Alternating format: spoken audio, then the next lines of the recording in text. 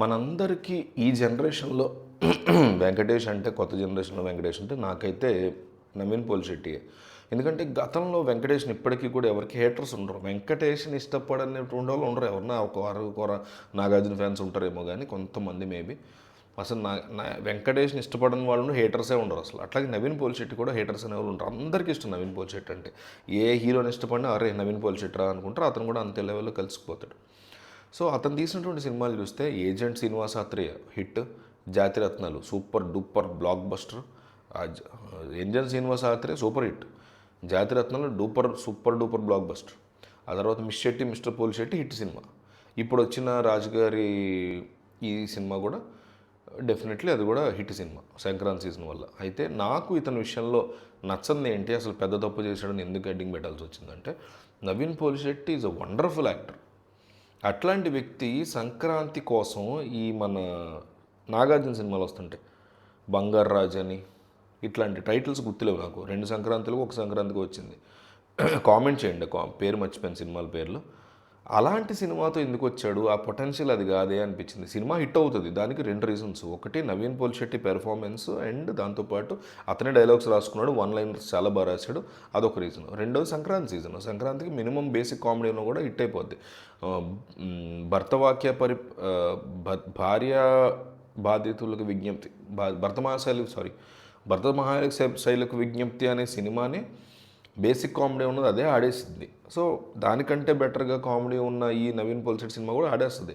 ఇంకా బెటర్గా కామెడీ ఉన్న సామాజిక వర్గం డైరెక్టర్ తీసిన నారి నారి నడి మునారి శర్వరంద్ అది కూడా ఆడేస్తుంది. ఎందుకంటే బేసిక్ మినిమం కామెడీ స్టఫ్ ఇచ్చేసారు, అది ఆడేస్తుంది. సంక్రాంతి చూసుకోగల మన శంకర్ వరప్రసాద్ బ్లాక్ బస్టర్లో వెళ్తుంది, అది వేరే కదా. బట్ నవీన్ పోలిశెట్టి లెవెల్ ఇది కాదంట నేను. నవీన్ పోలిశెట్టి కూడా చిరంజీవి లాగా సీనియర్ హీరో అయిపోయాడు, ఏదో ఒకటి ఆయన ముందు హిట్ కొడితే చాలనుకుని కొట్టాడు. చిరంజీవి హిట్ కంప్లీట్ హిట్ కాదు. చిరంజీవి అంటే ఎప్పటి నుంచో ఉన్న పిచ్చి గాగా వాళ్ళ జనాలు థియేటర్లో పడి కొట్టుకుంటున్నారు. కానీ అసలు వీకెస్ట్ సెకండ్ హాఫ్ చిరాకు వస్తుంది. Second half very boring story line, comedy అక్కడక్కడ బాగుంది. చిరంజీవి మళ్ళీ కాస్త బెటర్గా కామెడీ చేశాడు కాబట్టి, సంక్రాంతి సీజన్ కాబట్టి జనం వెళ్ళి ఎగబాడి చూస్తున్నారు, వేరే కదా. సో చిరంజీవి కంటే తప్పదు, సీనియర్ హీరో ఏదో ఒకటి హిట్ కొట్టాలి కాబట్టి కొట్టాడు. సంతోషం, నేను చిరంజీవి ఫ్యాన్ని, సంతోషపడుతున్నా. కానీ నవీన్ పోలిశెట్టి అంటే అప్కమింగ్ హీరోకి అంత కర్మం పట్టింది అనిపించింది నాకు ఈ సినిమా చూసినప్పుడు. సంక్రాంతికి రాకూడదని, ఓల్డ్ విలేజ్ బ్యాక్ డ్రాప్ సినిమాలు తీసుకోకూడదని నేను అనట్లా. ఒక జాతిరత్నాలు, ఒక agent Srinivasa Athreya, mister Polishetty miss Shetty, అలాగా నేను అనేది అలాంటి క్లాస్ మూవీ అనట్లా.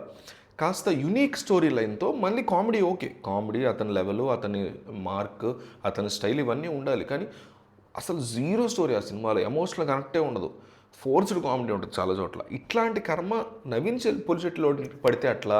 ఎందుకంటే వరుసగా మంచి సినిమాలు తీస్తున్నాడు, అమ్మో ఈడు కూడా ట్రాక్ తప్పుతాడా.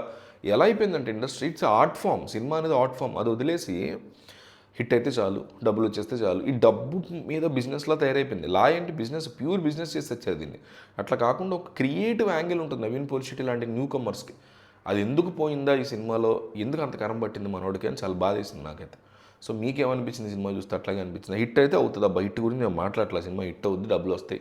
నవీన్ పోలిశెట్టి దృష్టిలో నా 4th సినిమా, 3rd హ్యాట్రిక్ పడింది, 2nd హ్యాట్రిక్లో ఫస్ట్ హిట్ ఇది, క్వశ్చన్ లేదు. వరుసగా 4 హిట్లు కొట్టాడు, నేను మెచ్చుకుంటా. కానీ పాయింట్ అది కాదు. నవీన్ పోలిశెట్టి లాంటి most deserving, talented, complete grip ఉన్నటువంటి యాక్టర్, మొత్తం సినిమా 360 degrees చూసుకోగలడు. సినిమాను ఒక డబ్బింగ్ చెప్పగలడు, ఒక పాట పాడేయగలడు, ఒక యాక్టింగ్ చేయగలడు, డైలాగ్ రైటర్ రాసేయగలడు, అనుకుంటే స్క్రిప్టే రాసేయగలడు, డైరెక్ట్ కూడా చేసేయగలడు. అంత టాలెంటెడ్ పర్సన్ కూడా.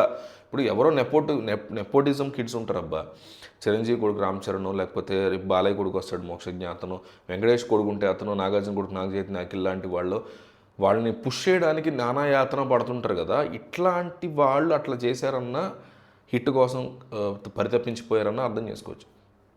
చిరంజీవి లాంటి వాళ్ళు, బాలకృష్ణ లాంటి వాళ్ళు, వెంకటేష్, నాగార్జున లాంటి వాళ్ళు హిట్లు ఎదురని ఆయన మాకు అనిల్ రావిపూడే దిక్కని ఇది కింద మీద పడినా అర్థం చేసుకోవచ్చు.